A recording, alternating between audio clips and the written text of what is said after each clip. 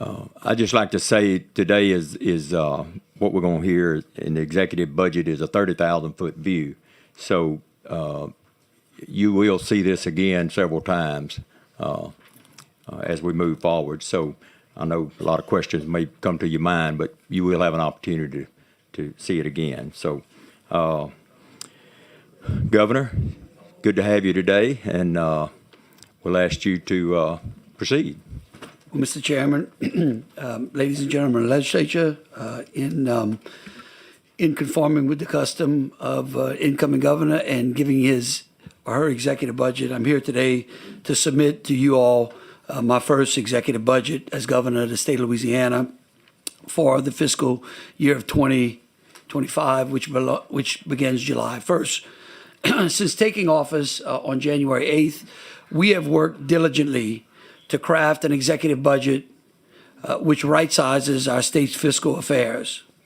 Though I would remind you we had limited time, I believe that this proposed budget makes significant progress towards conservative stewardship of our state's finances. I think that we have put together an unbelievable team over at the Division of Administration with the Commissioner Taylor Barra and his deputy Patrick Goldsmith, who is going to take my place here in just a moment, and others. I think it is an unbelievable team that we put together, people who understand the budget very intimately and the fiscal affairs of the state. Now, recent state budgets, I would recognize to y'all, or I would submit to y'all, have had unprecedented federal spending recently related to the COVID-19 pandemic. This spending not only included one-time cash injections to various programs and agencies, but may have also boosted tax revenue in a way that may lead us to believe that they are reoccurring, but they may not be. We don't know that quite yet. We all know, though, that a growing and thriving economy is what actually produces strong state revenue. We all know, unfortunately, Louisiana seriously lags behind other states. In 2022, Forbes noted in a look back at GDP growth that Louisiana was in the bottom 10 states, and worse, the bottom 5 states for a longer period from 2016 to 2021. U.S. News and World Report ranks the best states, puts Louisiana dead last in 2023, with our economy ranked 50th out of 50. That's okay. That means we're at the bottom, we got nowhere to go but up, right?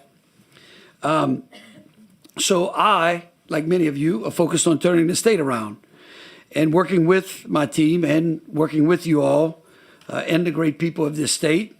We know that by growing and thriving our economy, we'll be able to produce prosperity for all. And that, in turn, we hope to generate strong revenues for our state. But in order to do that, we need to make some structural reforms. So the budget that we're proposing today is about $3.3 billion less than the existing state budget. Now, this reduction is due in large part to the ending of those federal programs that I mentioned earlier. Those funds which have helped in some part to create a false sense of ongoing surplus. I would tell you that the meeting that I had with former Governor John Bel Edwards on his departure and my coming in, he reminded me that when he came in, he had a fiscal problem that was in large part due to what he believed was an overbloated budget caused by the years of federal spending by the hurricanes, both Katrina and Rita and others. So while the state has benefited the infusion of these federal funds over the last few years, those funds are ending. And according to the projections, is that revenue that expenditures, if we continue, will outstrip revenue in the following fiscal year by like $558 billion. Now look, if expenses are going up and revenues going down, that's a deficit. I don't know. Different people have different definitions of deficits, but that's a deficit, right? I will tell you, though, that I am hopeful that if we stay the course on certain structural reforms and we work real hard at economic development and we focus on our industries and businesses that built this state, I believe that we can turn that red number into a black number in a couple of years. But as such, we have to deal with what we have in front of us. You know, I also think that when we are challenged like that, that it gives us opportunity.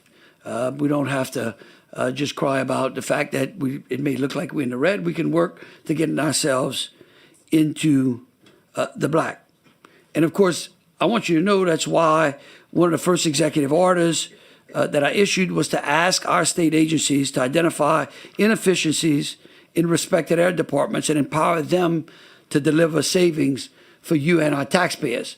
And I want to say this because sometimes we forget. 8 years ago, those of y'all who were here remember that terrible time.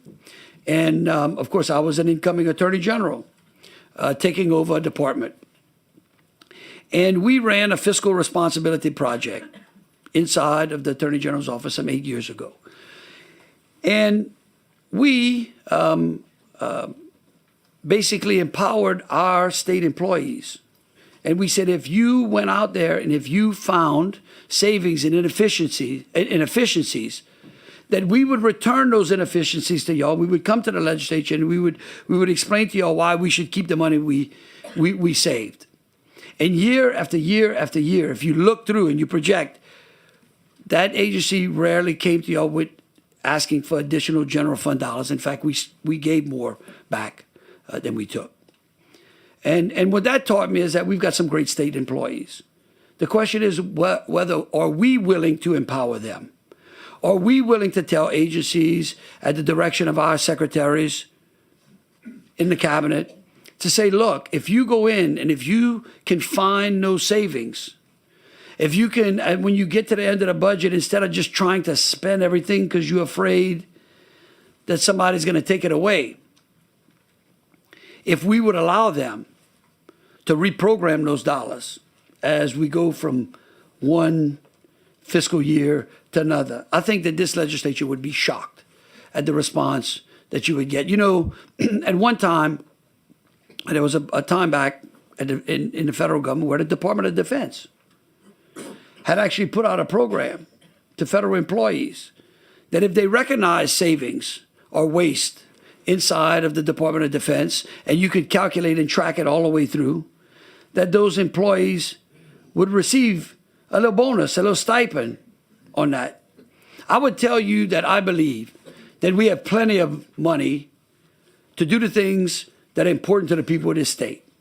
Now, we might not be able to do everything we want, but I think we absolutely have what we need if we empower those employees, if we give them an opportunity to flex their responsibility and to end up looking at how they can do their jobs more efficiently, more better, with either the same amount of money or less.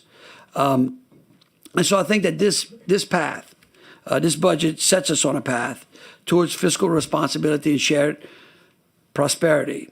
And I really look forward to working with y'all to not only right-sizing this budget this year, but in each and every fiscal year in a way that really, really, really gives the state employees an opportunity to do their job more efficiently, more effectively for the people of this great state. And for that, I look forward to working with you. And Mr. Chairman, I thank you for your time.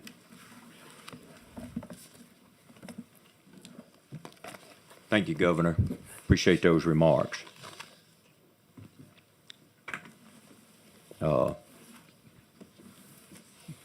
Patrick and Tranisa, you want to come to the board, to the table?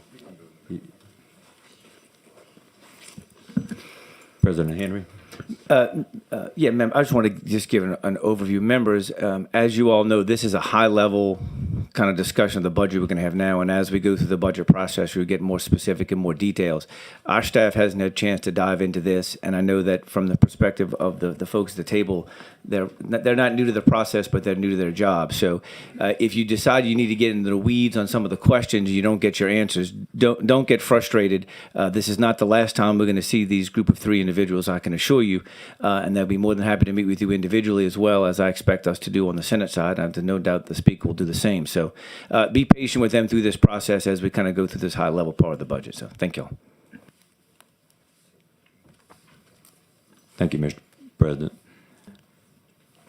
Okay, I don't know which one of you going first, but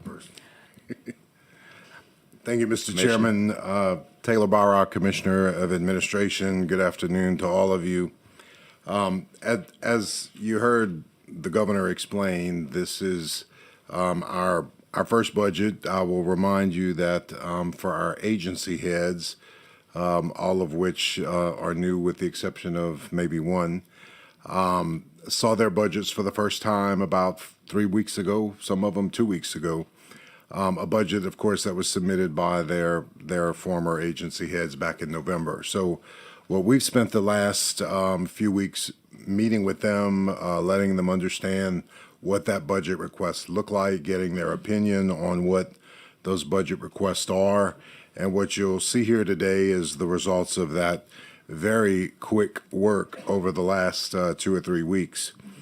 What you will find today is what I would call a reasonably flat budget proposal that we'll put forward to you.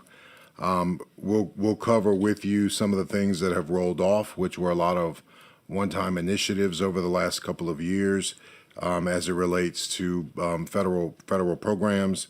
But actually, the State General Fund, which we'll keep reminding the new members that we have State General Fund, fees and self-generated, and federal funds. So when we talk total budget, it includes all those 3. If we're talking specifically State General Fund, we'll try and remember to say that. But State General Fund today that we'll present is actually a little under the State General Fund from last year. So I'm happy to report that to you. What it will include are a couple of initiatives, and we'll outline those that the governor has made a priority. You'll walk through that with the special sessions, of course, and we'll indicate where we have potentially put some budget allocation to a couple of those initiatives should they be successful. In our discussions with the agencies, we also suggested that this really be almost a 2-year budget. It was impossible to consider this budget without looking forward into the next fiscal year, knowing that as we approach the budget at this time next year, we will be doing so without the 0.45 sales tax on the books. So as we prepare next year's budget, it will be without that revenue as it expires on June 30th. But when we talked with the agencies, we wanted to make sure that we planned for almost a 2-year cycle of expenses, initiatives, and that was really the reasoning behind our trying to keep this as flat as we possibly could, taking that into consideration. I know a lot of you are sensitive to one-time money. We spent a lot of time making sure that one-time money only went to one-time expenses, and I know y'all have heard that story over and over again. We lived it. We see the results of when you do it right, what can happen. So I think we have it pretty tightly wound in this budget. So I think as you go through it, you'll of course have some questions or clarifications, but we'll give you our thought process on it as we go through it. So, the calendar, of course, everybody arrived on January 8th. We move quickly into budget meetings. Of course, y'all went into the first special session January 15th. The executive budget we're doing today, and of course, you have another special session around the corner. I say that to you for the benefit of our agency heads and agency representatives, a lot of them that are here in the room today. It's been a quick study and a quick learn for a lot of them. Some of them new to government, so we will get answers for you if you have questions, but certainly when they appear before you over the next couple of months in your respective chamber hearings on the budget, they will be prepared to talk through their budgets accordingly. What I'd like to do for the benefit of the new members, and I'll ask Patrick to cover that for you, is kind of a look into the future. When we were here last month, we gave you a 5-year projection as we're required to do. It had a little bit of interesting news in it, so I'll let Patrick give you some of the specifics to that, and he'll walk through what that 5-year looks like, and more specifically what it looks like that we'll be talking specifically in this budget year. Patrick. Well, thank you, Commissioner. And it's Patrick Goldsmith, Deputy Commissioner of Administration. Great to be here. A lot of familiar faces. Glad to be back, as the President said, in a different role, but I'm happy to be working with all of y'all again. So it's good to be back. We did want to talk a little bit about looking forward, especially for the revenues and expenditures. What does that look like moving forward? I've already had one question this morning about let's talk about what the 5-year means. What do the revenue projections mean, and how does that build the next budget? And as the Commissioner said, we took all of that into consideration when we were trying to figure out how to craft the current executive budget. So just starting off with the RSC forecast, you can only appropriate what is forecasted by the Revenue Estimating Conference. The first thing you notice from the chart, and this is the REC forecast from the December meeting, is that the FY24 and the FY25 forecasts for general fund are very flat.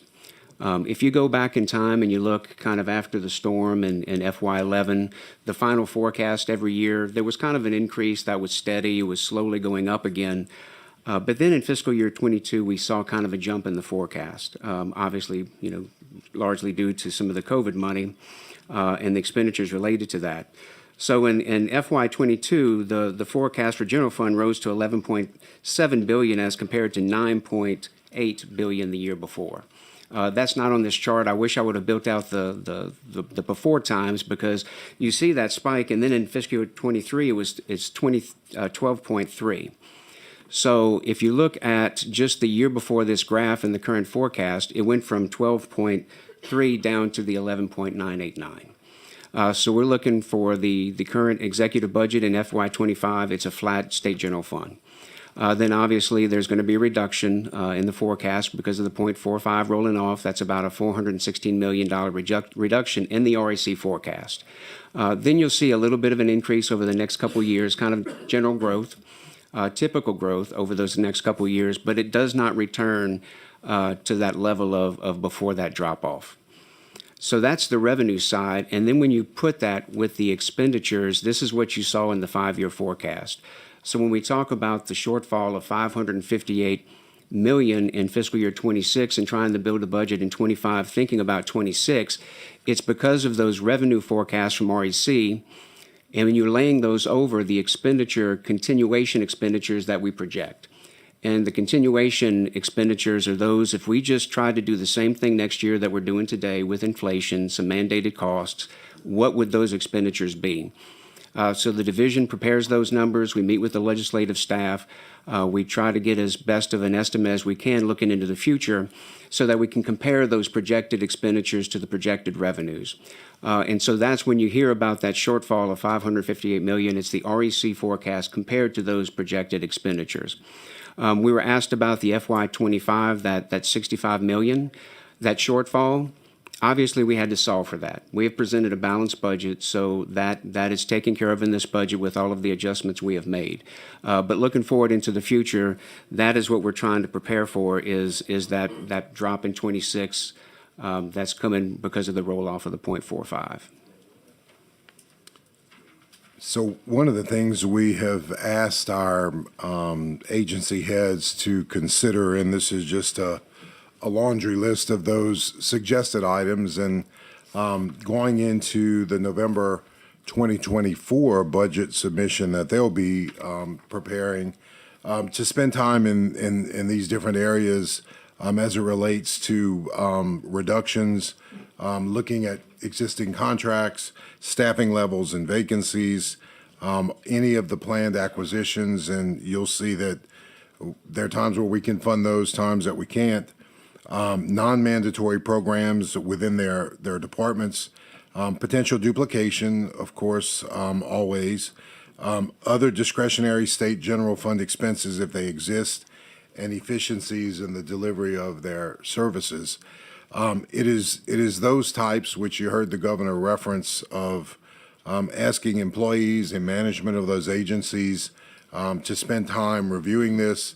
I think what that does for us as we approached the next budget year is try and make the adjustments that we have to make to those budget, if they are negative, that we limit that effect as much as we can. So they've received that message going into November. We have a 8 or 9 month start on that process, and I'm confident we'll have some pretty good results from that.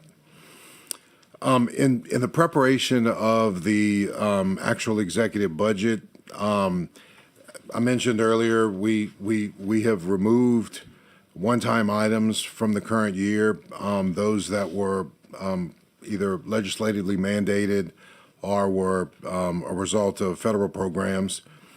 We held all of the requests that the agencies made for any enhancements to their budgets.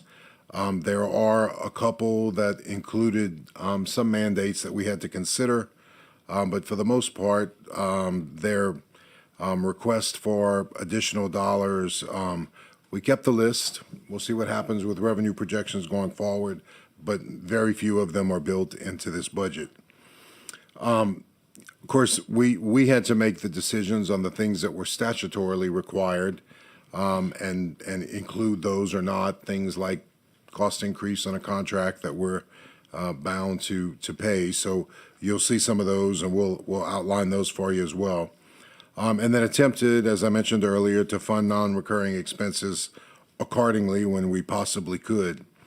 And of course, like I just mentioned, empowered our cabinet members to find the efficiencies wherever they could.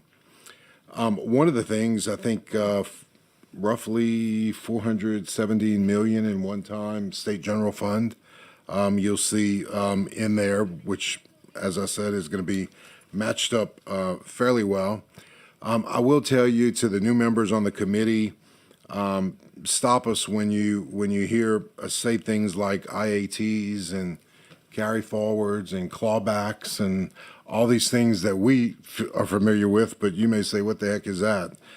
Feel free to stop us, and we'll try and explain those as we get to them, but we'll try and keep the acronyms to a minimum if we can. In fact, speaking of that, I think we go right to one, the IATs and the carry forwards. I think that's a great segue into acronyms. So this is the first look at the high-level overview of the budget. And you'll notice we put without IATs and carry forwards. So IATs are interagency transfers. And this is where it gets confusing a lot of time, because if you just look at the existing operating budget, some people are going to tell you it's not 47.5, it's 52. Well, what's the difference? Is one right and one wrong? Well, one includes interagency transfers, one does not. And what's an interagency transfer? It's a double count. It's where one agency is sending money to another agency. I know Sherry likes to say the legislative order, that's a good example, or group benefits. You know, the agencies pay those to somebody else, and then those are on their books and they have expenditures. You got to get rid of one side of the equation or it's going to be a double count. So we've removed those double counts from this presentation to show you what it looks like. We'll talk about carry forwards in a moment, but first we'll just talk about that $3.287 billion reduction that you've heard. Probably several times today and maybe even before that was anticipated. The first thing you'll see is the drop in state general fund, the $230 million, as compared to the existing operating budget. Again, that number that we're putting in for the state general fund is based on the revenue estimating conference. That's what we have to spend. That's what's available for appropriation. And that's comparing it to a number that has carry forwards in it. So carry forwards are you're carrying money over from the prior year. It's bona fide obligations. It's you bought a vehicle and it hasn't come in yet. You have a contract and it's not finished and you haven't paid for it yet. So instead of that money going away in general fund and becoming surplus, you carry it forward so you can continue that obligation. And there were about 400 million of those. So it's pretty significant when we talk about those. So in a slide, we'll take those out and show you a different comparison. But you also had a large amount of federal funds reductions, 2.4 billion. Several reasons for that. One is LDH, go figure, one of the biggest drivers. It was about a $1.3 billion reduction. And we'll discuss some of that in a little bit when we talk about $116 million reduction in state general fund because of MCO utilization, the enrollment, premium taxes, and we'll talk about that. But obviously, when that general fund goes away, there's associated federal dollars as well. Also about $900 million in the Department of Education from COVID grants and different one-time programs. So those are the main drivers of the federal funds. Now, if you take out those carry forwards, you're looking at a 1.71 increase in the general fund. And if you remember earlier, the REC forecast was only a 0.01 increase from 24 to 25. The difference is not all the money that was in the forecast has been spent yet. There's a few dollars that we still have yet to account for. If you remember, 27.1 was left unspent in last year. The legislature left that money on the table. The forecast went up a little bit, and then you got some money from stat deads that were taken out during the appropriation process. There's 136 million of those. So if you compare that number of the state general fund for 24, it's 136 million less than the forecast, but it's because of those differences, the stat deads being taken off or the money that was left unspent. So it's 2.4 billion when you take out the double counts, and it's a 1.71 increase in the state general fund. The next chart, and just I forgot to tell you, on page 33, if you want to look at what the IATs include, page 33 of the executive budget actually has a listing of those, so it's a good reference. But on page 11 of the presentation, this is just a historical graph. We like to show these just to kind of give you an idea of where we've been and kind of where we're going. You can see, obviously, there are several peaks in the total budget that are related to federal funding. We had the Katrina Rita peak in 08. We had Medicaid expansion in 17, and then the COVID funding began in 22. And what you'll notice is the overall number at the top closely follows that federal number. Federal is a big driver of our total state budget. So again, it's just a history back to 04. For those of y'all that have been around for a while and y'all were here for that high water mark of 08 and then the drop off, it looked pretty drastic back then. But as the federal funds increases, that has really been smoothed out. It's amazing how that used to be such a high cliff, and now with the federal funds going up to a total of 52, or the total budget going to 52 billion, that cliff doesn't look as bad looking backwards.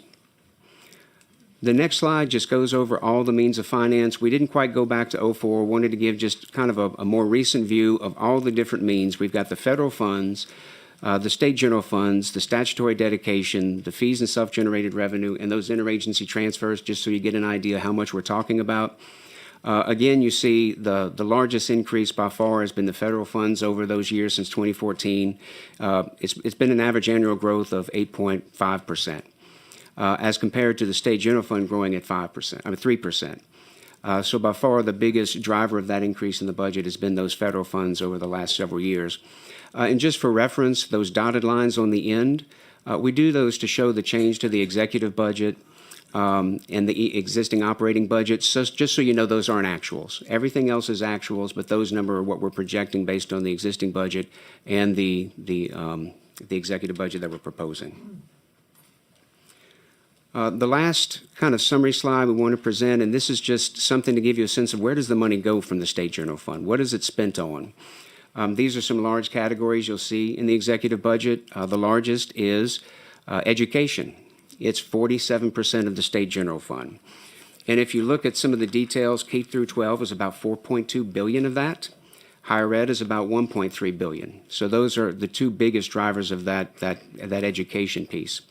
The next largest piece is 29% human resources. That's LDH, DCFS, Veterans Affairs, HCSD. LDH is about 2.9 billion. of the state general fund, and DCFS is about $289 million. So again, those two are the largest drivers of that piece. Then as you continue kind of going around the pie, you see that public safety is 12, it's the next largest, and that's the Attorney General, Corrections, Juvenile Justice, and GOSEP. And then general government. General government is kind of everything else that's not represented. That includes the division, the state treasurer, Secretary of State, Department of Revenue. And then lastly is environmental and natural resources. That's 1%. That's coastal protection, that's environmental quality, natural resource, wildlife, and fisheries. So we like to have this slide, so if somebody says, what are the state priorities and what are we spending the money on, this kind of gives you an idea of what you can tell them where the state priorities are to this date. I think the graph probably stays pretty consistent from year to year, a few changes here and there, but the state's priorities have pretty much stayed consistent.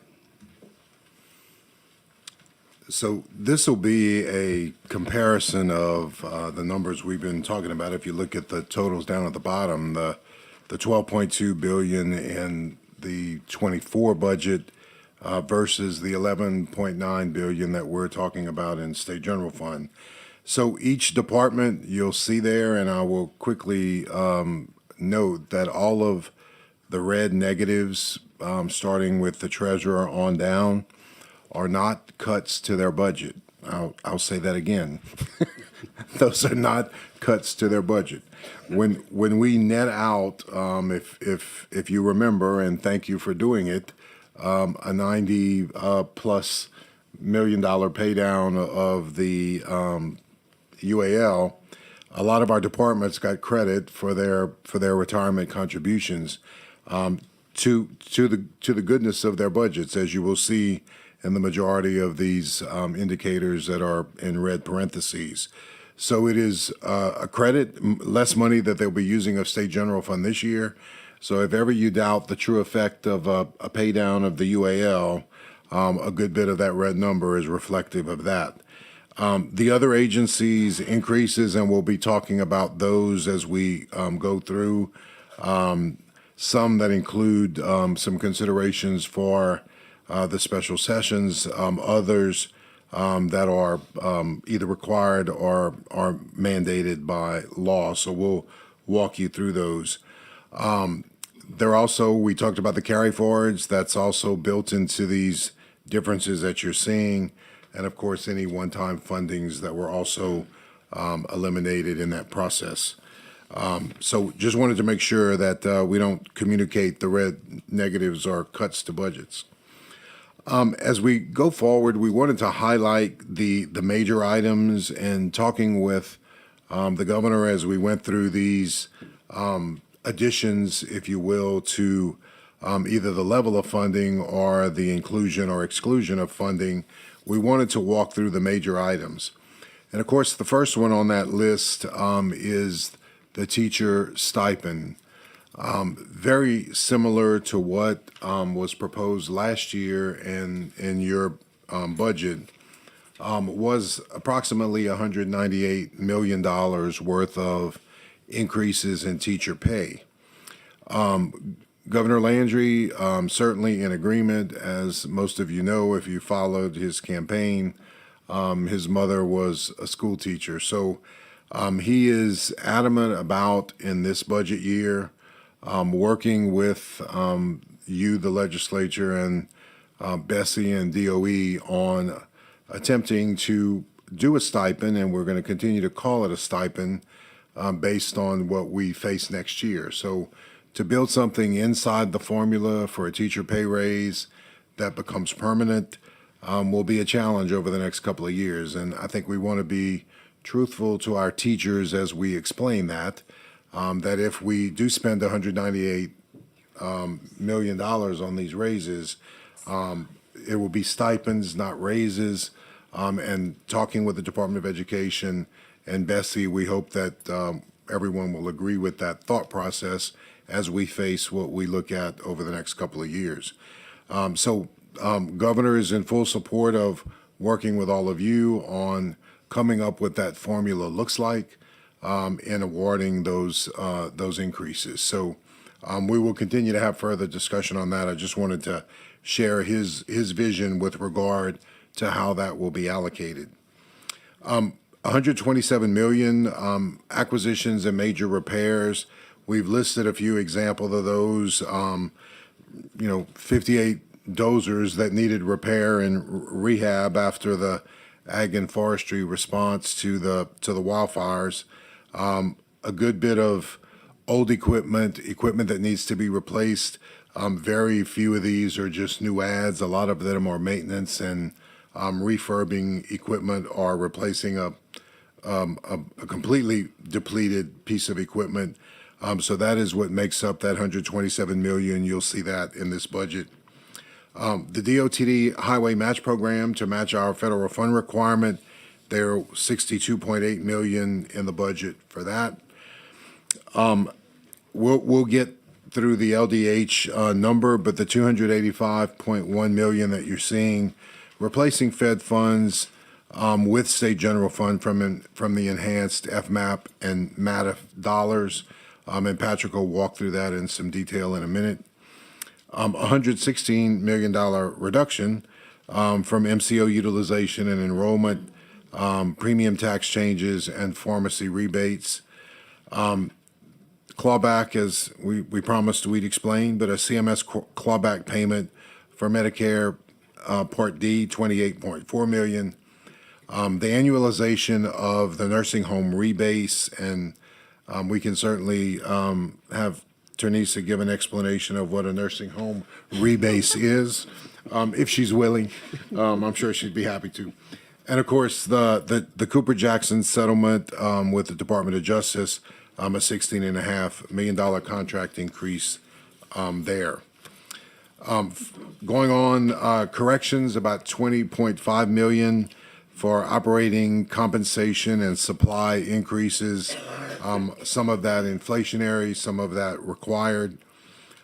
State police, we have a working relationship with the state police as it results to the governor's hope that a troop NOLA and a lot of focus headed toward the New Orleans community, working with them to reach the financial requirement that we would have before us to pull that off.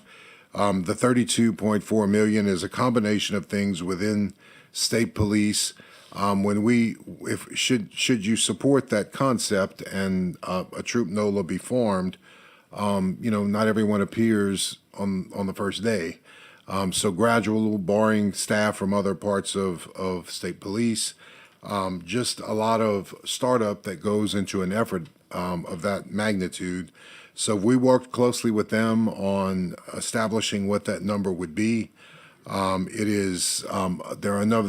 a few other things included here that will be necessary to get those troopers to be able to, whether it's overtime as we start or relocation as we start, we'll let them work through that. But this is the amount of funding that we've committed to that effort. Same thing in the judicial budget. You'll see some drug court funding. I believe that will be a topic of discussion in your next special session. Whatever increase that is, this is our best estimate of what that would be to add drug courts and some of the current JDCs that don't house them. Increase in per diem for the non-secure care contract providers in the Office of Juvenile Justice, a $3.8 million adjustment there. And then the AG's office, closely related to the crime work that the AG will be asked to help with prosecutions in Orleans, a $2.3 million addition to the AG's funding. DCFS, our congregate care provider, a rate increase per our contract with that group, a $14.5 million adjustment there. And then Veterans Affairs, National Guard and Reserve member burial programs, and also to recruit and retain military members who maybe have been Louisiana natives but no longer in Louisiana. There will be an aggressive Louisiana boot campaign to attract those retired veterans back to Louisiana. And if if you've had the opportunity to visit with our new secretary, he is quite energized by it, and hopefully that will be a tremendously successful program economically for Louisiana as well. Those are the highlights of the additions. We'll work through some of those explanations if you need, and certainly answer any questions you have in that regard.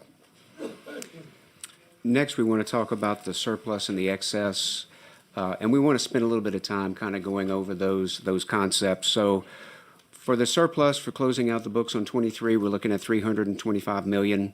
For the excess for the current year, FY 24, you're looking at $90 million. You may say to yourself, the excess, that looks a little different than the fiscal status statement we talked about at the last JLCB, and we'll walk through that in a second and explain that.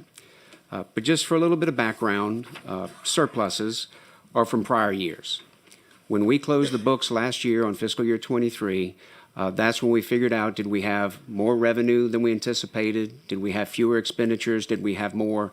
So when you close the books, you either have a surplus or a deficit. If you have a surplus, it can be spent on 6 non-recurring items that are outlined in the Constitution. If you have a deficit, it has to be cured immediately in the next year. Luckily, we have a surplus that we'll be able, and we'll talk about those 6 items in just a second. That is different from an excess because an excess is in the current year. We're looking at what is extra for this year that we're going to be able to spend in the supplemental bill during the session.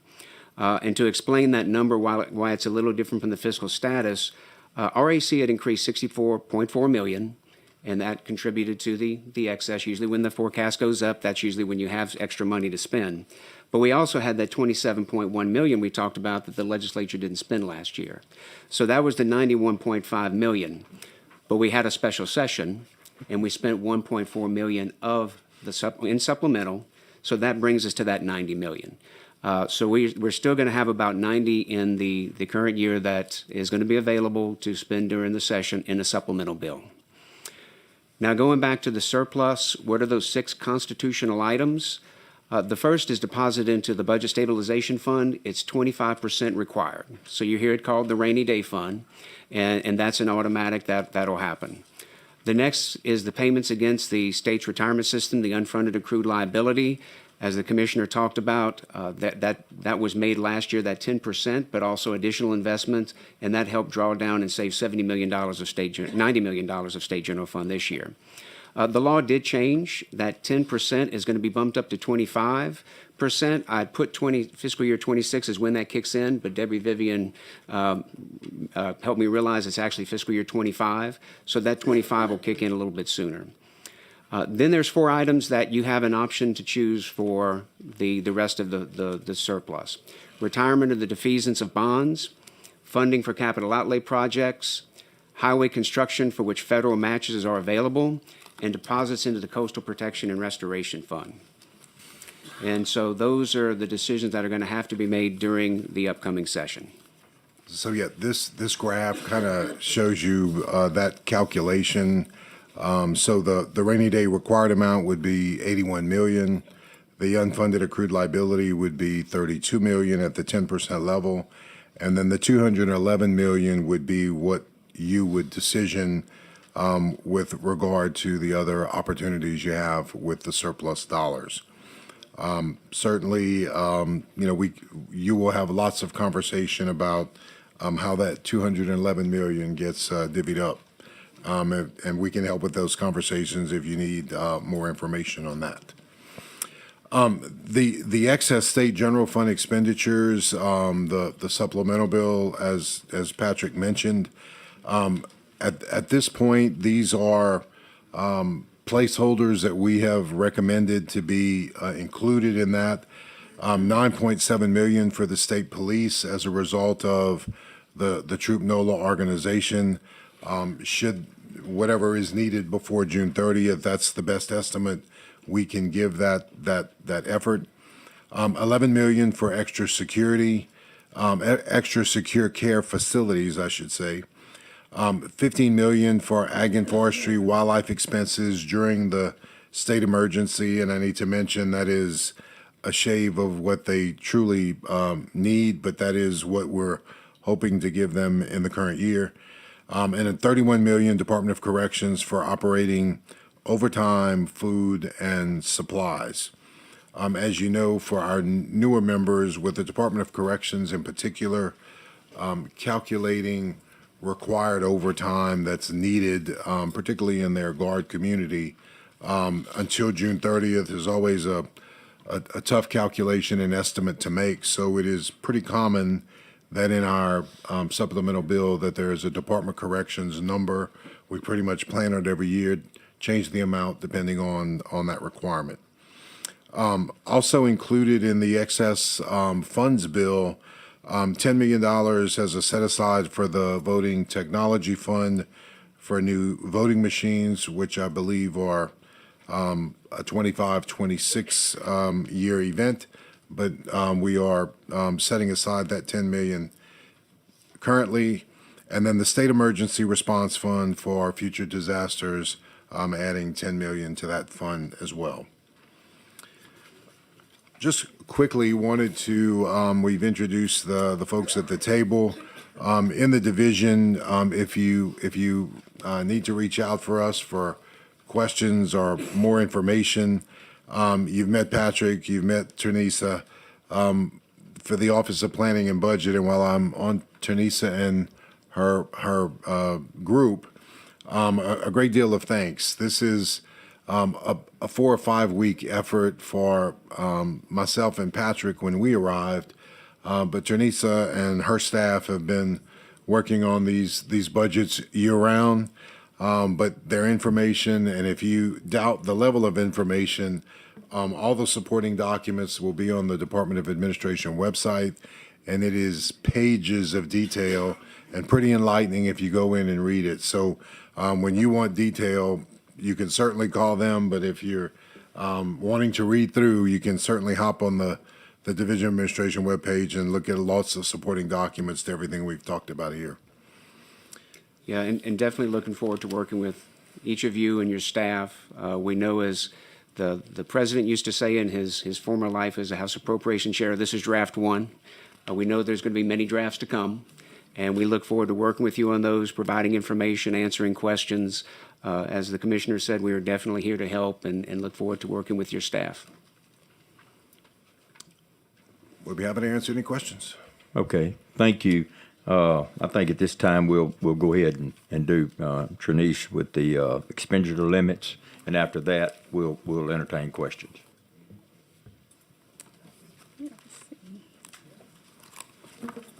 Okay, Ternisa Hutchinson with the Office of Planning and Budget. The expenditure limit, I'm not sure where it falls in your packet, but it should be right after. It's a letter and then a spreadsheet. But it's in accordance with revised statute 39, section 33.1. The Commissioner of Administration submits the calculation for the 24-25 expenditure limit by February 5th. That letter was submitted on February 5th to you. So the expenditure limit is based on a calculation from the current expenditure limit, and has a growth factor. And if it's positive, then you multiply that. So the expenditure limit that was established for 23-24 was $17.9 billion. And so when you factor in the expenditure limit calculation for, which is 3.67%, the 25 expenditure limit is $18.6 billion. After you factor in what we have just presented to you in the executive budget, we're currently $1.4 billion under that 25 cap.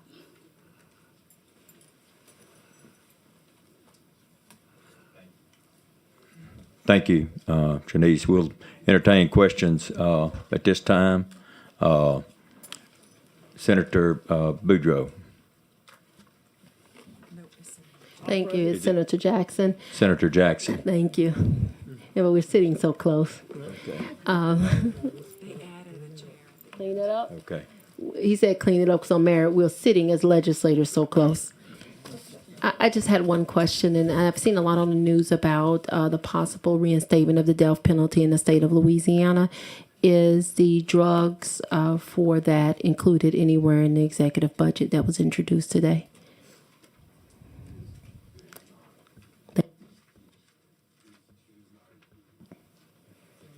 Can you hear me? Yeah. No, it's not part of the numbers that are in the budget. Sure. Okay, let's go to Representative McFarland. Thank you, Mr. Chairman. Patrick Goldsmith, I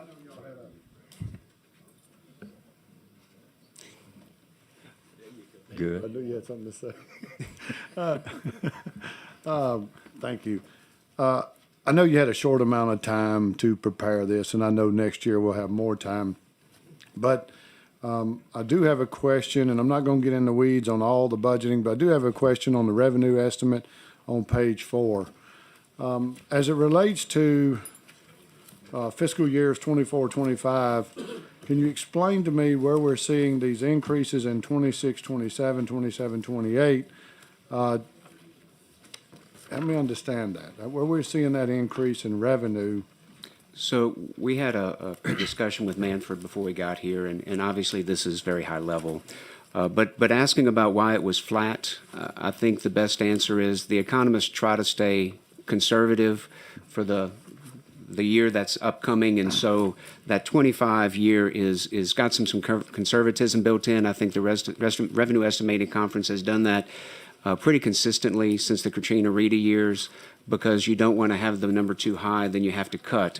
That decrease obviously is the 0.45 rolling off, and then the next 2 years, those bumps, those increases, are what they foresee is kind of back to the normal state general fund growth. I think the question that's still out there is what is going to happen with the federal money. There's still some federal money out there. The infrastructure bill is still out there.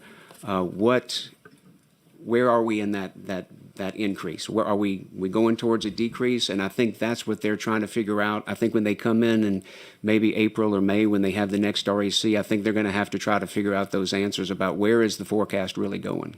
Okay. I know because even projected in this year in the corporate income tax, it still looks like we're going to put money into the Revenue Stabilization Fund, estimated already at around 800 million. Obviously, anything over 600 million, you start making deposit again, which is significantly less than the deposits we've made in the last 2 years, but still a good deposit. And then for clarification purposes, because we're going to continue to hear these terms, and I want to make sure that I'm clear and I'm understanding. So currently, Troop B is actually New Orleans, and we keep hearing this terminology of Troop NOLA. So are we creating a new troop within state police, or is this the terminology for the additional troops that's going to be provided? And obviously, where are they being pulled from, or is this an addition? All good questions. Thus, the hard part to determine a dollar amount that goes with it. But it is my understanding, and of course, this is pursuant to the special session and what is developed with the legislation that's going to be included. So I don't want to speak before those bills are filed and the particulars are in it. But for planning purposes, what they asked us to consider, which was kind of what I explained, I think there could be, a borrowing, if you will, of personnel to get the presence as quickly as we can, with the intention of there being a permanent staff and location or equipment, and I don't want to misquote the state police, but with the intention of there being eventually a permanent separate troop for Orleans. Okay. I think the Troop B, and I'm hoping I'm not misspeaking on behalf of state police, will continue to operate. We may be borrowing from a lot of the others to make it happen sooner than later, but eventually the intent is to have a troop designated. All of which things we have done before. It's just been a while since we've done that, but we have utilized troops from all throughout the state to assist NOLA. But there had been several questions brought to me about the continued conversation of Troop NOLA, and I wanted to clarify that because obviously it's being presented in the budget, and so I wanted to know where that was at. Finally, I seen that there was 2 cadet classes being proposed in there. Obviously, I know from previous testimonies that We have a lot of state troopers that have retired and continuing to retire. We're just going through that cycle. And will these 2 cadet classes be enough to help fill that void of the retirees plus the additional necessary troopers for NOLA? Or is there other resources we may need to look at as we move forward to increase that? I think the hope is this will help, but I know they haven't had as much success recruiting lately. So this will help. Will it fix and fill everything? I don't think we can answer that. Probably not, but it's a good start. And having two classes will kind of get them on that path. And hopefully with the recruiting efforts, they can try to bring in more and try to right-size that. Okay, so I said I wasn't going to get into the weeds, so I'm not. Thank you. We'll have plenty of time. Thank you, Mr. Chairman. Senator Edmonds for a question. Thank you, Mr. Chairman. Good afternoon. Good afternoon. I've got a couple of things that I wanted to get some clarification on for. Have a lot of new members. On the continuation part of the budget, when you present the executive budget, you're required to include each annual continuation expenditure. Is that correct?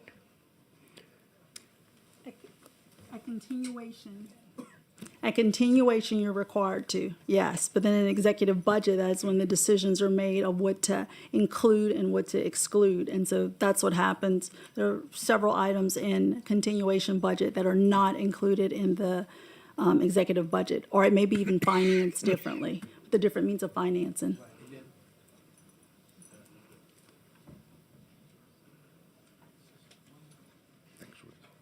There we go. However, when we get to the forming of HB1, the legislature usually takes that to even another level of consideration of whether or not we agree with those additions or not, and begin to move forward in that next process. Is that, Patrick, what you've seen in the past? Yes, that's correct, and also a good point. So the executive budget becomes House Bill 1. We will submit that, and it becomes House Bill 1. And again, to that point about the first draft, and then once House Appropriations starts discussing it, it'll be the second draft, and it'll start changing as we go through. So we may find it that we don't agree with the expenditure, and therefore we could increase it or decrease it.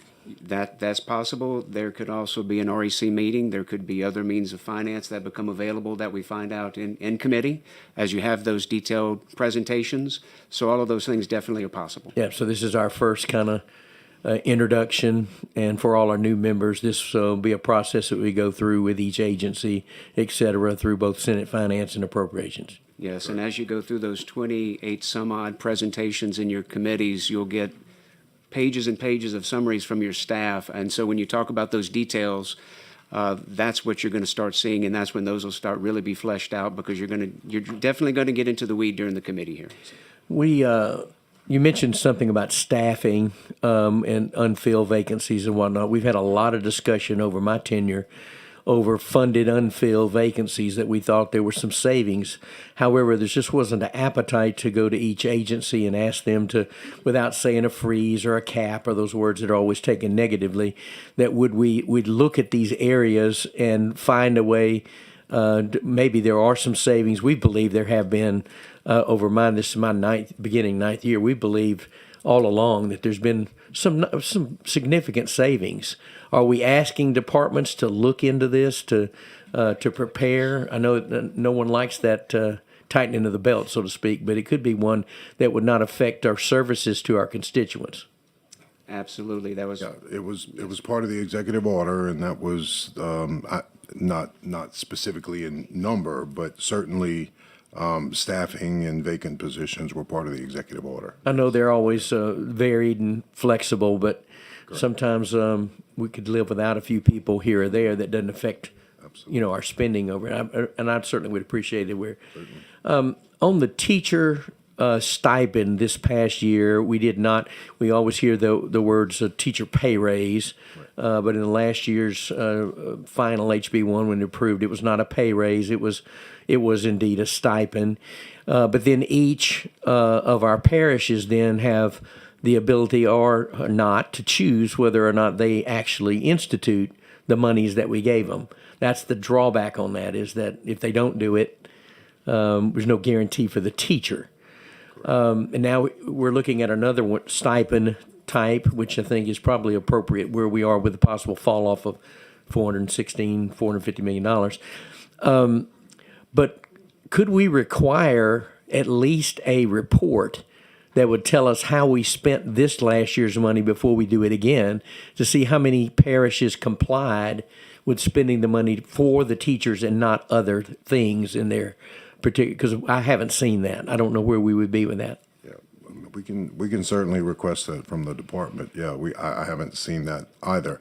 One of the reasons for not stipulating an amount, and we've had this discussion, with the governor and with the superintendent, is to give some leeway. As you remember, the debate has been, differential pay that the districts decide or the department decides. And, there are areas that are hard to hire teachers in, and there's also subject matter challenges, particularly high school math and science. So I think the governor's hope in suggesting that we not stipulated amount was also to not stipulate the formula.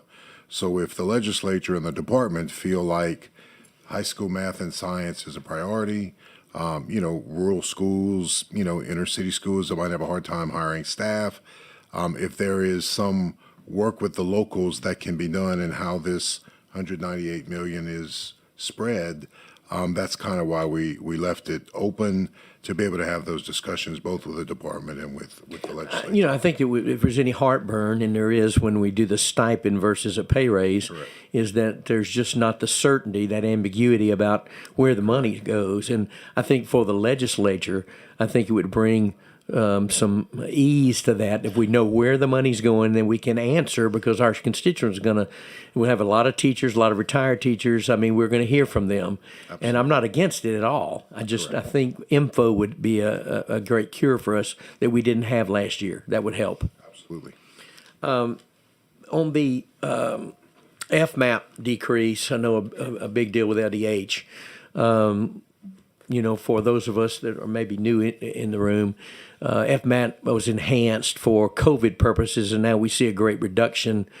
But CMS has already have put some requirements on how fast we can decrease the enrollment. This is a significant question for your budget. I'm with Jack. I don't want to get in the weeds on this, but this is a pretty significant piece. Can you give us just a little insight, Patrick? Where are we with understanding of how that de-enrollment is going? Are we up to pace? Yeah, just a couple quick things. That FMAP enhancement we did talk earlier today, it's over. It's done. So that is finished.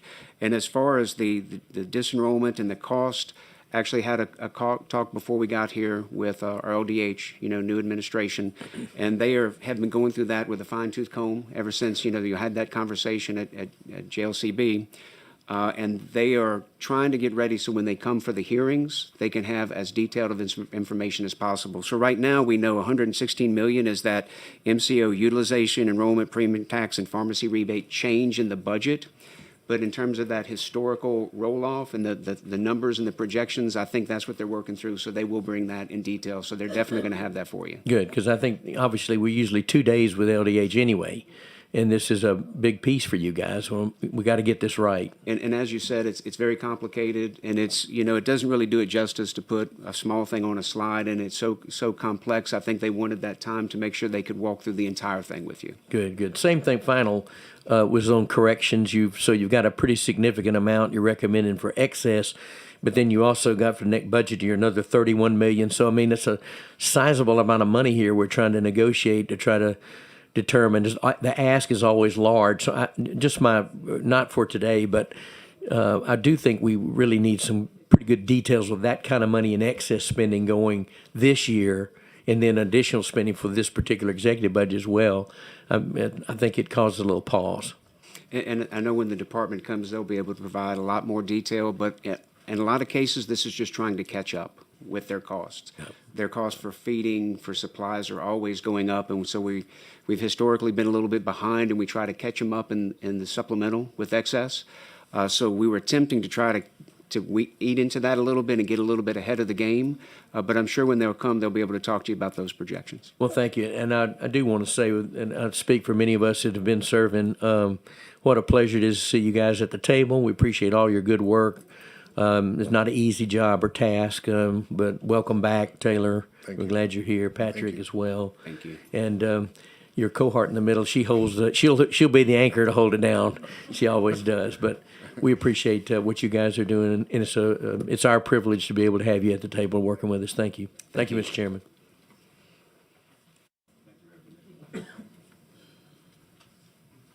Thank you, Senator Edmonds. Senator Abraham for questions. Thank you, Mr. Chairman. Patrick said to try to give him a very softball question. Thank you. So I'm trying to think of some to throw at you, Patrick. Get ready. No, I just, in what Senator Edmonds just said earlier, on page 5, revenue and expenditures, the expenditure line is a continuation budget, right? Correct. That's what you have on there. So traditionally, we're always under that. And so those numbers are probably they're a little unrealistic, I should say, on page 5. They're absolutely projections, and things could change either way for the expenditures or for the revenues. We just have to wait and see. So what we attempted to do is try to plan for the future and plan for what might happen. So that's why you see over 400 million of those one-time expenditures using the recurring funds, so that come next year, if that 558 is still there, if it's higher or even if it's a little lower, we're in a better position to try to prepare and make those changes. But traditionally, we're under the continuation budget, aren't we? Yes. Traditionally. So I just Traditionally. want to make sure the members know that. I mean, it's just kind of a little unrealistic in a sense. I know you have to do it that way, but it's just, Yes. the other question I have on page 11, kind of that's a very interesting graph you have on historical spending. Am I to understand this? You have the state general fund, which is most of the dollars that we can control. The federal dollars is very difficult for us to control. So when you go back from 2004 all the way to 2025, which is about over 20 years, so our growth in spending is only 2.9%. That's the average over those 20 years? For the state general fund? The state general fund. Yes, and it's gone up and down. Obviously, it ramped up Yeah. after Katrina Rita. Then we had those down years where we had to deal with those. And then since that time, it's been steadily going back up. Right now, it looks like it's a little bit of a down curve compared to the history. But yes, over those years, it's because of those ups and downs. Yeah.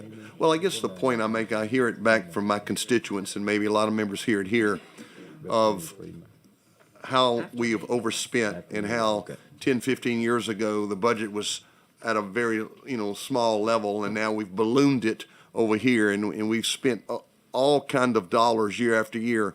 Well, this right here tells me that, and I wasn't, of course, in the legislature back then, but the cost of living is probably about 2 or 3% if you go over the last 20 years. So this graph shows that our budget hasn't been really bloated, in essence, over that 20-year period on what we had to spend in state general fund. Might be bloated on the federal side, but I'm just trying to, is that a fairly accurate observation, or is it not? I would say that you're right. The federal spending has outpaced, and so a lot of that extra spending has been on those items that we've denoted on here, whether it's the Medicaid expansion or the COVID money that's come in, or money that comes in after a disaster, which obviously is needed, but a lot of that spend is federal. And to your point, the state general fund, not all of it is discretionary. Some is non-discretionary, and so that's you have to pay the constitutional amounts for whether it's the MFP or other items such as that. Well, I just wanted for our colleagues, when they get questioned back home about the state government is out of control in spending, just look at that graph, and I think it tells another story. Okay, thank you. That's all I had. Thank you, Senator Abraham. Senator Miguel. Thank you, Mr. Chairman. I want to thank the governor for taking the time today to help present his executive budget, and thank y'all all for the hard work that y'all are doing. just to go back on what Senator Abraham was talking about, on page 5, the 5-year projection, that's just basically a projection at this point. The information looks like it was as good as January 17th. This budget on the 24-25 year, that's going to balance out to zero there. Balanced. So we'll shave a little bit on the outgoing years just naturally. And then some of the work that you guys are doing or asking the departments to do with the most recent executive order to look for efficiencies and those types of things. We're hoping, kind of what he mentioned, that the continuation wouldn't be a reality and we could shave there to try to take out this $500-600 million shortfall that we have in 25-26. Is that the game plan? That is, exactly. You also, keep in mind that revenue projections as REC meets, up or down, we've been through those cycles before. More the reason why the executive auditor with the agencies, a 2 where you can't even a 3-year outlook on what you plan on positions and acquisitions and all of the things that go into each budget, but absolutely correct. So let's talk about some of the tools that the legislature and the administration are going to have at our disposal going forward. One of the most important things to point out is how much do we have in our rainy day fund? Is it roughly $1 billion now that we've rebuilt it? I think she's got the exact number. Should be close to that. Just confirm that. And this is, 74. and that's taking into account the 25% surplus constitutional mandate to put that into this budget.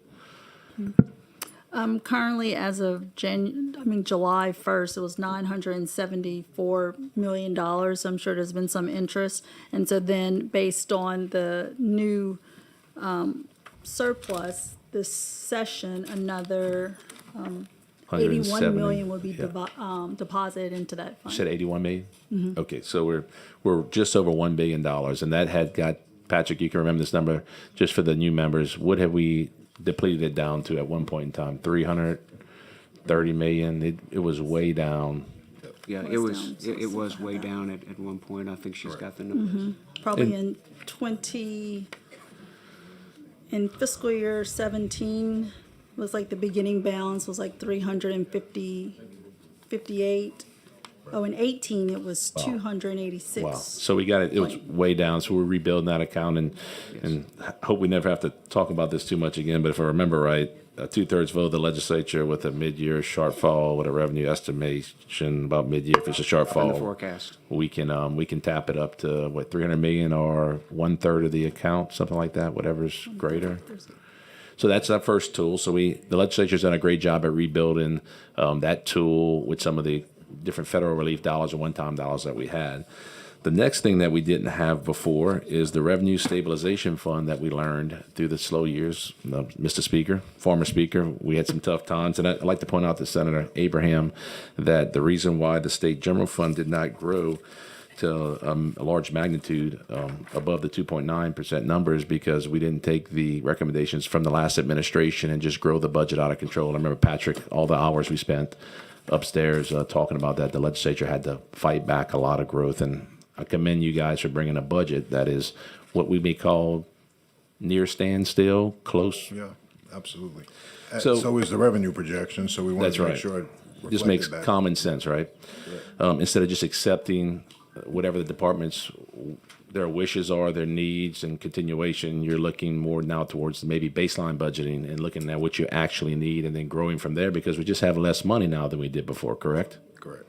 So the Revenue Stabilization Fund, what's the balance of that fund right now? Looking through, and I don't think I have that sheet, but I think it's about 2 billion, if I remember correctly. 2.2. 2.2. So we have $2.2 billion, and that is excess corporate and franchise collections over a certain amount. They've been dumping in there Anything since. over 600 million in corporate. And so right now, based on the estimate, I think at least 200. So it depends on how much corporate comes in. Anything over 600 will automatically go into the revenue stabilization. And remind me, I was out campaigning pretty tough last year. There's some different constitutional amendments that had maybe put some limitations on there. Did those pass, or does the legislature have the discretion with a 2/3 vote to use it? So in an emergency and a 2/3 vote, you can spend out of the budget stabilization. obviously, we stabilization. wouldn't want to spend $2.2 billion to balance reoccurring expenditures. We never want to do that. But my point is we have a $1 billion rainy day fund. We have a $2 billion plus revenue stabilization fund. As you look towards ways to sort of tighten the belt, I've heard that statement said amongst agencies as they get settled in. Have y'all contemplated the usage of the revenue stabilization fund at all going forward to buy time to sort of get the 5-year forecast, the revenue and expenditure numbers to intersect? We haven't at this point, and of course, we wanted to approach this budget from a acclamation for the new agency heads to determine whether there is success in the savings findings, whether it's positions, contracts, whatever the case may be. We kind of want to work through that process first and then make the determination. As we have requests for enhancements, and I don't discount the department's request at all. They have some pretty interesting initiatives that they're proposing, along with, where they can implement technology into their departments to realize savings down the road. So we want to entertain those requests going forward. So not to say that, we certainly, wouldn't consider that, but in the first budget, we wanted to start with this baseline, work through the savings exercise with all of the new agency heads, and then, look at the enhancements going forward from that point. We have a lot more tools at our disposal now to Absolutely. going forward, and this is not a new concept. I can still remember I served in the House for 8 or 9 years. The president and yourself offering bills in the House that dealt with standstill budgets to try to affect outgoing years. Correct. So if we get to a situation in next year and we have some type of shortfall, the options are not just two options anymore. It's not just renew or raise taxes or cut higher ed and health care. You actually could do things today to reduce that shortfall, and you have other ways to sort of balance that out over time if you treat it seriously and you start taking that approach today. Correct? And as you look at other states that have battled what we have battled in the fiscal realm, it is getting to that healthy level of balances, whether it's for emergencies or initiatives. That's the balance you hope to attain at some point. Thus, the requirement of 2/3 votes for those types of exercises. But it is certainly investments that are worthy to consider. It's just you want to time the use of those funds appropriately. So this legislature at this point shouldn't accept the fact that they have to renew $450 million of taxes in a year from now on sales tax. If we work hard, there is other ways to balance this budget. Certainly, and that's kind of the exercise we're working through, at least this year for sure. I want to bring up something we haven't heard about in a long time. Do y'all remember mid-year shortfalls when we had those? Unfortunately, yes. We haven't even talked about those in years for great reasons. We potentially could go into those days again, right? Because of what we're looking at outgoing years, and no one has a magic ball that can, read the future. Have y'all started talking to departments as y'all building maybe this budget or next year's budget about looking at potential, and I think Senator Edmonds and Representative Bachlein may have brought legislation to this account of holdbacks. I think at one time we talked about 3%, 5%, 7% holdback, where you ask your departments to craft a budget up until where you would take that mid-year look, and then if we hit our projections, then they can spend that last 5%. But if not, then we'd hold those funds back, so we didn't get in a situation where we had a mid-year shortfall. Has any discussion been made around that? I think part of the when you heard the governor reference the internal savings and the efforts within the departments, and if there is savings recognized, do we let them reinvest it? Not required to give it back to us. So I think this is the first step toward working in that direction with the agencies. But certainly, I think you accomplished the same thing. I think he wants to challenge that effort, no doubt. Well, I'll tell you, with you and Patrick at the wheel taking on this challenge, I feel a lot more comfortable. I have a lot of trust in you guys. I think you're going to do a great job, and we are here in the legislature as a resource to help balance this deficit in the future. I appreciate it. Thank you so much, Mr. Chairman. Okay. Thank you for your questions. Representative Freeman.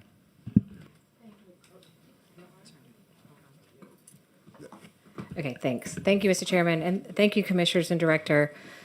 for this information. First of all, I want to kind of echo a little bit about what my colleague, Senator Edmonds, said about the teacher pay raises, because we definitely would like to know more. I know we're going to have the department come before us, but I just want to go on record that there were some issues in Orleans about how that was being used. And then there was also because we're an all charter district, so it's even more challenging that we understand that how those rules are set forward.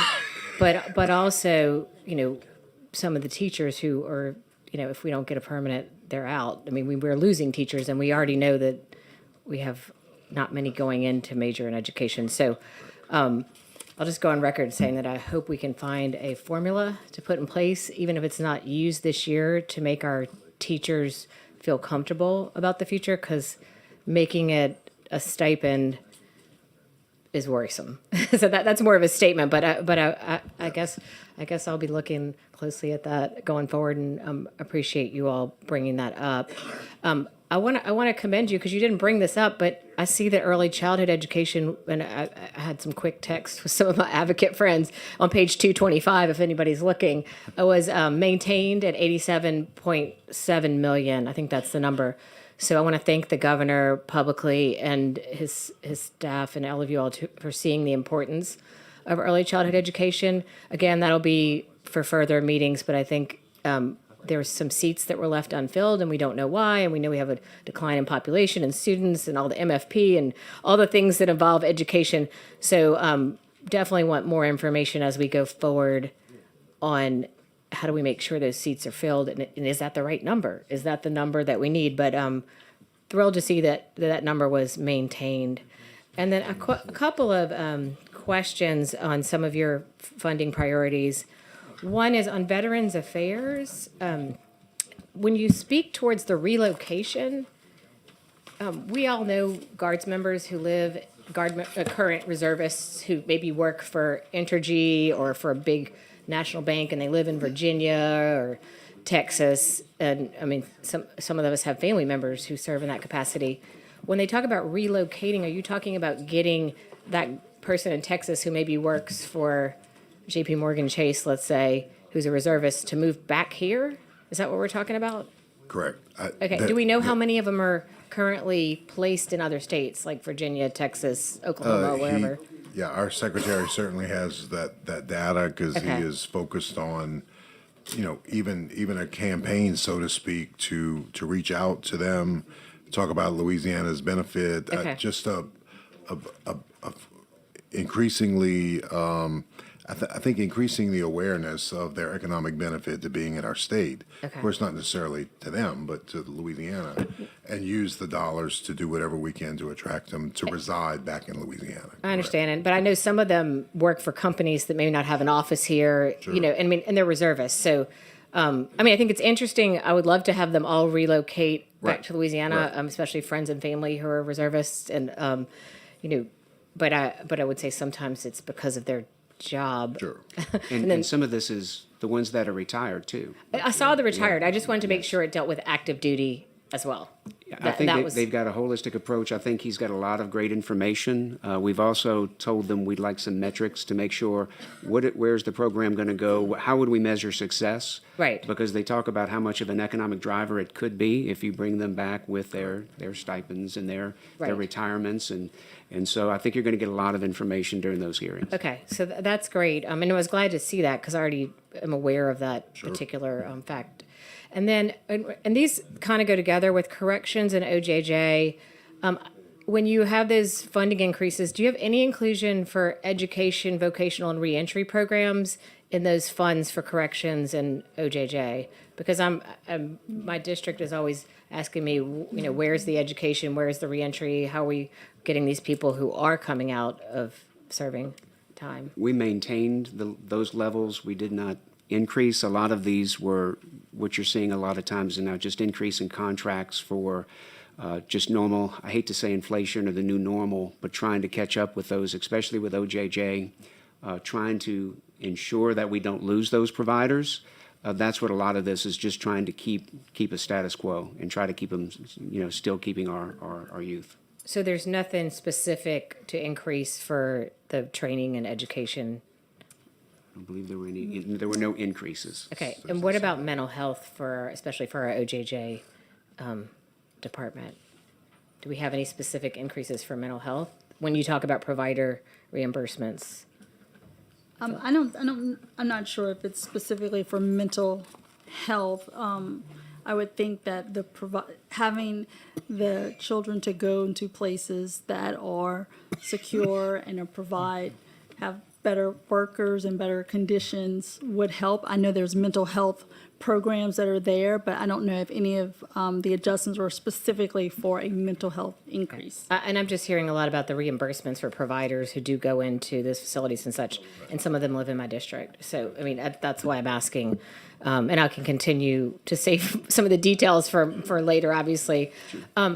You may or may not know this, but with the AG's funding, and I mean, obviously, there's been a lot of talk about the NOLA troop.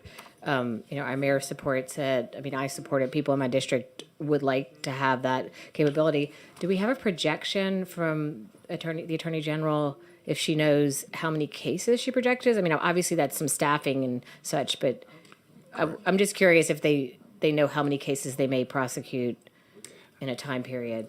I'm not sure they know. I think they tried to guesstimate workloads is where the estimate And they've got came to hire from. up and all. Yeah, and I think that's part of what you'll probably have during the discussions during the budget hearings is, how did they build the 2.3 million and what were we don't have all the data that went behind that. Okay. And then the final question, thank you, Mr. Chairman, for letting me ask a few.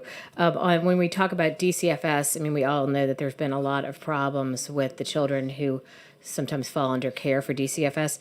I don't understand what congregate care means because it said something about congregate care. I need definition there. If you could help me.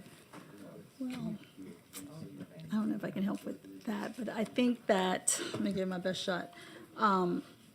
So for DCFS, these are to provide places for children if they're not placed yet. So it's to have, I guess, maybe like some of the group homes where they're able to be housed, get them out of the unsafe environment, to be housed until they're able to get into a foster home or to get returned to their parents. So this is to have sufficient places for them to go and to have the correct provider rates because they have not been increased in a while, and it's very hard to get providers to take care of the children. But then there was also an increase, an adjustment for therapeutic what's it called, therapeutic foster care rate, which is to try to help increase foster programs that take children with more of the mental or behavioral health issues. So we did increase money for that as well. Okay, and so does that mean some of the employees, because I know there's a lot of turnover in DCFS, we hear that every year that I've been up here, are the employees getting a pay raise as well? If you're getting provider rate increase, is that built into this 14.5 So million? there was not a specific increase. I know that in the current year, I think there was an SER, a special interest rate that went in for the workers. I know the new secretary is looking at all the different possibilities of trying to revamp on how they're doing things. There is additional funding for supplemental staff. It started, I think, last year with another increase, but it's to try to help with contract workers to be able to go in after hours and on the weekends to try to help offset the need for the regular workers to have to be on 24/7 anytime. So there was additional money put in for a contract. I kind of recall some of that discussion last year. Well, I want to thank you for all the work you did in the short time period and look forward to working with everybody on the team. And I will say, I'm going to be asking lots of questions about services for families, children, teachers, making sure our kids in Louisiana are really taken care of. Those are the things that matter most to District 98. So thank you. Thank you, Representative Freeman. Representative Hughes. Thank you, Mr. Chairman. Speaker Barra, thank you so much for your leadership and welcome back. And to all three of you, thank you so much. And to the hardworking staff, really appreciate it. First of all, I want to echo Representative Freeman's comments around early childhood education and sincerely thank the governor for realizing how important that investment is in the state of Louisiana. And definitely look forward to working with our governor to build a robust education system in our state. Really quickly, I won't go deep in the weeds because I know over the next several weeks we'll be spending a lot of time together. But the teacher stipend, $198 million. Is it the intent there to do a stipend for all certificated personnel in the classroom, or are we going to be looking to target specific teachers, so teachers in high need subjects? What's the thinking around the stipend? Well, if you recall last year, there was even a stipulation on the dollar amount, 2,000, 1,000 for support, however that was done. I don't have that right in front of me. The governor, I think his thought process was, we don't really need to commit to a dollar amount. The value of that from last year was equivalent to what it is in this budget, the 198 million. But the system of which we designed to award that is what he wanted to broaden the conversation on that. So whether it's, everybody gets $1,000 to start, and then we come up with another layer of differential or hard to find or hard to teach type of qualifications. I think a point we hear a lot is these are local district employees, and should there not be a conversation with locals? Do we take a piece of that and make it a match or a grant with locals? I mean, the goal is to reward the teachers where we can. We wanted to leave the options open to what that formula looks like. So, we've met with the superintendent. We've had this conversation with him.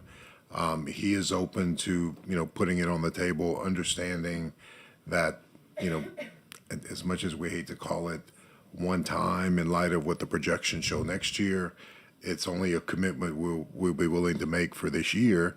But keep in mind, when you do differential type pay, if you're adding pay to someone's base salary, then it becomes recurring. It's no longer a stipend. So we'll need to be careful how we do it. But I think his whole point was we're open to a new formula to help the superintendent, I think, achieve the differential, but also being fair to every employee that's certified, including some of the support people as well. Great. Well, I look forward to engaging in further conversations with the administration around that, and really appreciate. I'll just reiterate the obvious. Obviously, we're at a crisis point throughout the state. We continue to lose good teachers each and every year. And, every time our SREB peers, so Mississippi, Texas, Oklahoma, others, every time they continue to raise teacher pay, the pay gap in Louisiana continues to widen. So we need to be cognizant of that. Last thing, let me shift to higher education for a second, because I see that there are some proposed swap outs and maybe reductions there. But speaking of teacher pay, obviously faculty pay, retaining high performing and research faculty has been a challenge here in the state of Louisiana. So, Commissioner, can you tell me how the higher education budget takes into account faculty pay and mandated costs? Are there any proposed pay raises for faculty in this budget, and how are we dealing with mandated costs? There are not dollars for faculty pay raises. With part of the higher ed request that was issued, and I'd have to go back and look at all the specifics in the request. It was about a $265 million enhancement request. Keep in mind, over the last couple of years, there have been quite a few one-time initiatives. Those roll off as well. So you see, that adjustment made to higher ed. But we were adamant, including the governor, that we did not want to erode their base. The one-time money rolled off, but we weren't going to erode the base, so there's no cut, so to speak, to any program at higher ed. We just have limited what we can do on the enhancement at this point. Again, more from that 2-year outlook. Don't want to do it and have to pull back. I mean, that's the hard part about the position we sit today, looking at what we're facing next year. So, those discussions, I've talked to the Board of Regents today, just to, help us understand what would be the right method going forward. But in this budget, we just didn't feel comfortable putting that money out there knowing what we're facing next time. Great.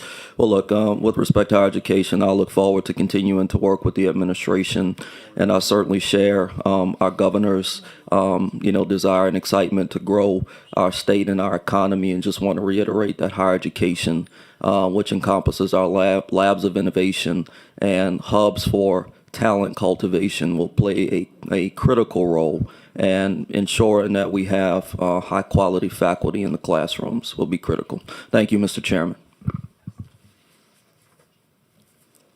Okay, Senator Jackson, did you have another question? Thank you. Just on the teacher stipends, I know that we're looking, that in the past, there was a lot of mention of Mississippi and Arkansas and how they are striving to recruit teachers from Louisiana. In the stipend that we are proposing in this budget, the governor's proposing, did we look at Texas, Mississippi, and Arkansas to determine whether or not their raises were permanent raises or stipends?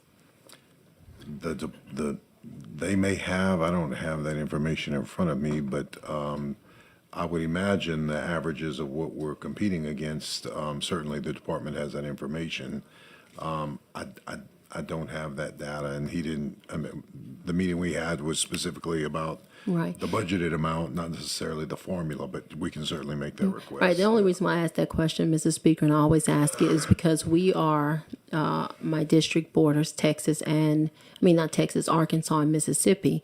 And our teachers are always driving over, like if you look at the Lake Providence area, the Tensas Parish area, the Madison Parish area, when we don't stay in some type of competitive salaries with Mississippi, we see them go over. They can live in Lake Providence, but drive over to Vicksburg for work. And so most of the time when that happens, we generally lose those residents within 2 or 3 years. And that is a area that our population is struggling in. And then when you look at the city of Bastrop and the other cities in my district that in Morehouse Parish that border Arkansas, we're having that same issue.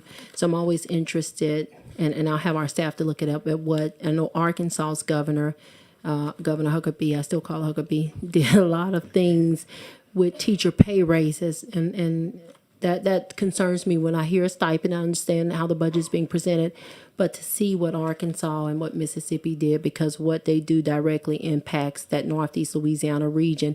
I would say for a number of people in the Shreveport area and that border Texas, and who also border Arkansas for the north, it heavily impacts our ability to recruit and retain our certified teachers. And so that is just something. And look, I'm looking at the administration's budget.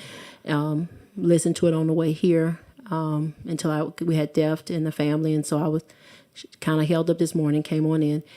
It doesn't seem as though this is a horrible budget, but just diving into the weeds of our ability to, I'm just saying from what I heard, who's coughing? Somebody doesn't agree, but no. and I echo the sentiments of my colleagues, early childhood education. We're receiving the text right now. People are very excited about that. That is something a number of us have worked and strive hard to make sure happens, because we know that's how we're going to pull up our educational system. The only issue is that when I look at things that make it very hard, when I talk about the East Carroll Parish, the Tensas Parish area, the Morehouse Parish area, some of our biggest employers is education.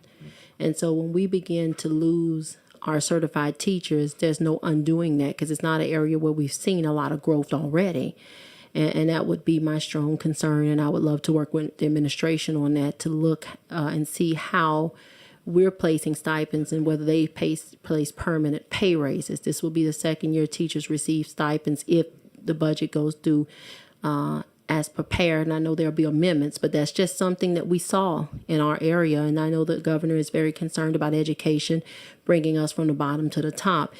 If Northeast Louisiana and then for west of Shreveport can maintain their certified teachers, and we're seeing them leave, that's going to cause an issue.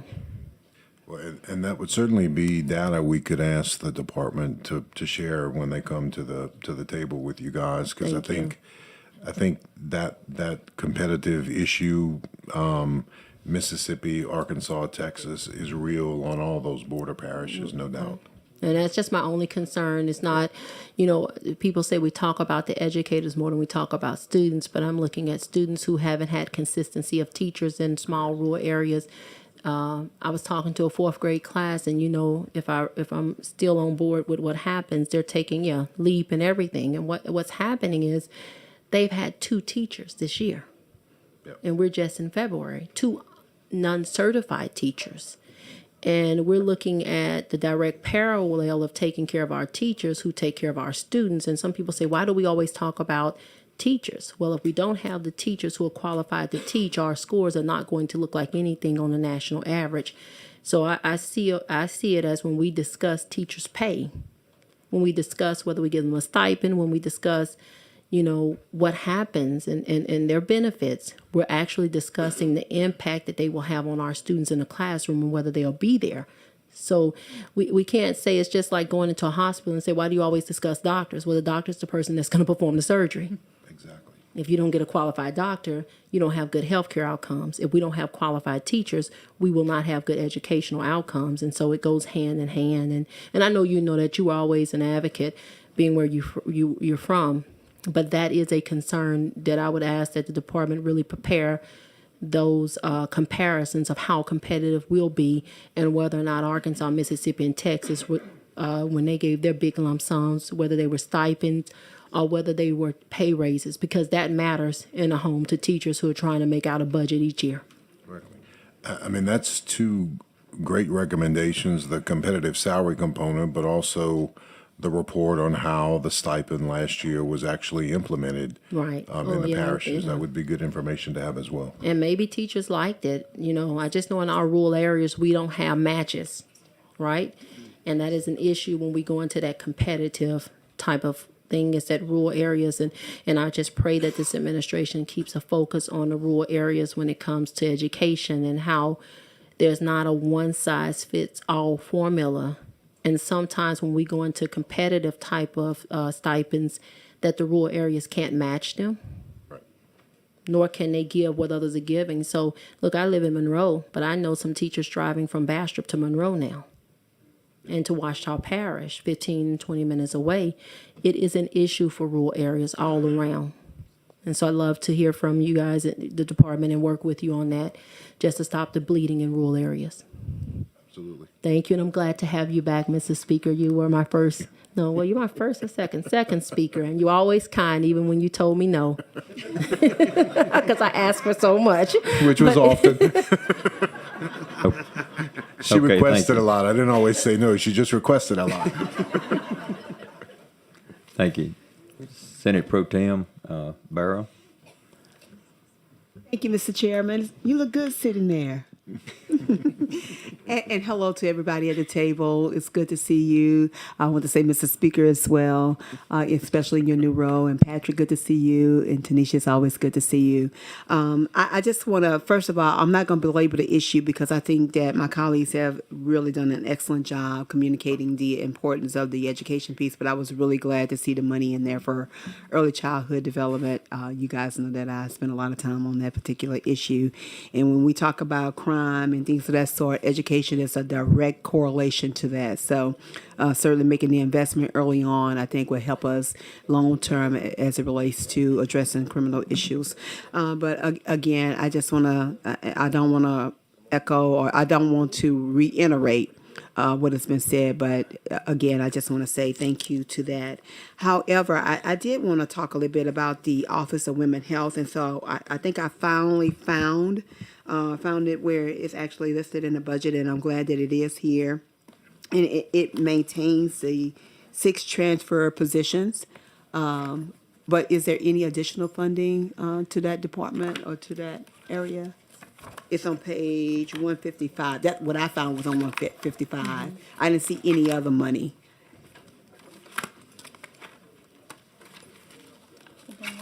And this is so critically important when we talk about the well-being of women, the well-being of families. I'm almost there. It's a different Okay. page for me. Okay. It's right in the middle, right under budget highlights. Yes, ma'am. It's on a different page from mine, and I'm not sure Okay. why. But we did not add additional funding other than statewide adjustments, any normal statewide market rates. But I believe that there was, last year in the session, positions were moved to women's health for the community portion, but those positions were moved back to the Office of the Secretary, back into the program in which they were in. I believe there was some type of, I think it's like more of a civil service issue, so I think it needs to be revamped. So the positions were moved back. So right now, women's health is back to where it kind of started with the 6 positions and any increases that are for statewide adjustments, but no significant increases were put into the Office of Women's Health. Funding was put into the Office of the Secretary for to continue the programs that were in the Office of Women's Health. The money Okay. is now in the Office of the Secretary. So I think if you look at Agency 307, you should see the transfer back over to the Office of the Secretary. And when LDH comes up for their hearing, they'll be able to go into more Okay, detail. But and this is I know something that we'll be able to recently get, happened. yeah, a little bit more into it. Because at the end of the day, I just want to make sure that we are still giving them the tools where they can be successful. Because this department, I think is going to be critically important to changing the trajectory of health for women. And I want to make sure that we are ensuring that they have the tools so that they can be successful as they move forward. Yes, ma'am, but I just looked in, under Agency 307, if you look at those budget highlights, there's an adjustment for $633,000. So that adjustment would have been in the Office of Women's Health Okay. to continue those health education outreach and the community health assessments, but it's been moved from that agency, and they will have to go into the details because I can't quite remember exactly how it was explained, but those positions needed to be at the Office of the Secretary because that's the way structurally it needed to be. So it's kind of a Okay. technical thing. But Gotcha. there is an increase to continue what Women's Health was doing. Okay. And I look forward to having those discussions with them so I can better understand it. They had hearings throughout the state. I think there were 8 or 9 hearings, and it was so awesome to hear the work that's happening across the state in many areas that are being done with different partners who are doing some things on their own. But we can definitely do more to certainly address the issues of maternal health because we know that that's a problem. And at the end of the day, when children are born more healthier, they have better outcomes and it saves the state money. Moving to another issue that has come to my attention is domestic violence, and this has definitely been an issue that I have kind of fostered and kind of fought for. It seems like there was a request for $7 million, and was that added to the budget? Did that make it? No, ma'am. Was that in Department of Yeah, Children? DCFS, yeah. No, ma'am, that increase was not added in the executive budget. There is funding, no, I'm more than certain that that was not added to the budget, and I can't recall how much they currently have. Okay, because it's my understanding that cut or elimination actually will equate to like 200 beds that currently are made available for women who may need assistance when they are fleeing for their life. So I look forward to working with the department and the governor to address that issue because that's something that is critically important. I found out today that there seems to be a correlation that when you look at any criminal matter, most of those people have actually committed crime against, or have committed a domestic crime. Most of the time it's against women. Yeah. So anyway, I do look forward to working with the governor and the department to address that issue. Because again, that's a huge matter, and unfortunately, we have a lot of. Oftentimes, it's mostly women who are caught in those situations, but men are also caught in those situations, and we need to do whatever we can to ensure that they have a safe place to go. Yes, ma'am. I will go back in and look at Okay. it, but I don't see a reduction Okay. for domestic violence. I do recall that there's lots of requests for the Department of Children and Families, and I do recall there was a request maybe to increase it, but I don't think that we decreased. But let me go back in and look, because I can't tell from Okay. the adjustments. Okay. Thank you so much. I appreciate it. Thank you, Mr. Chairman. Thank you, Senator Barrow. Okay, the board is clear.